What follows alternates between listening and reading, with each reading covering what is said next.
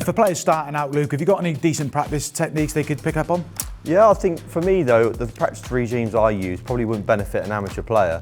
But there is certain ways, like around the board's a good one. I think if you're just aiming for them, normal single numbers, the ones, the twos, the threes, and then you sort of go the way round, and then you notice yourself sort of getting a little bit better.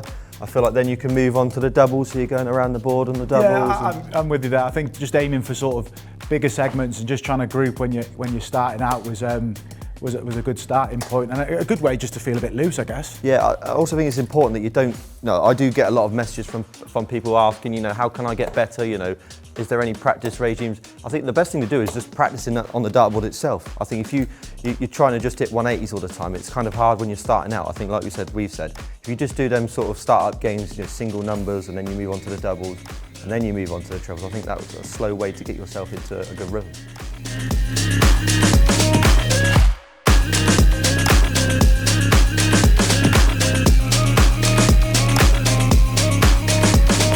Okay, Luke, we've gone through the practice technique. Once you've sorted that grouping out, hitting big numbers, what's the next step to improve your game?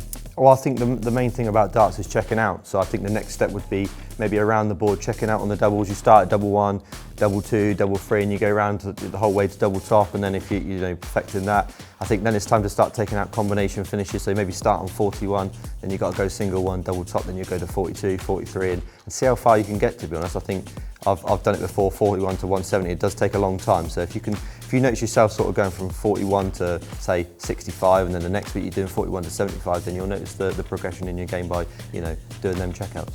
Luke, talk to us about your practice routines. What do you do to fine-tune your game for a big tournament?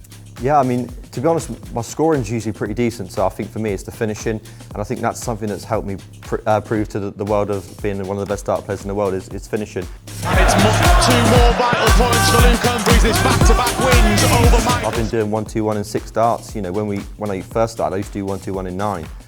Now I do it in 6, and then you go up in one segment each time, so you start off on 1-2.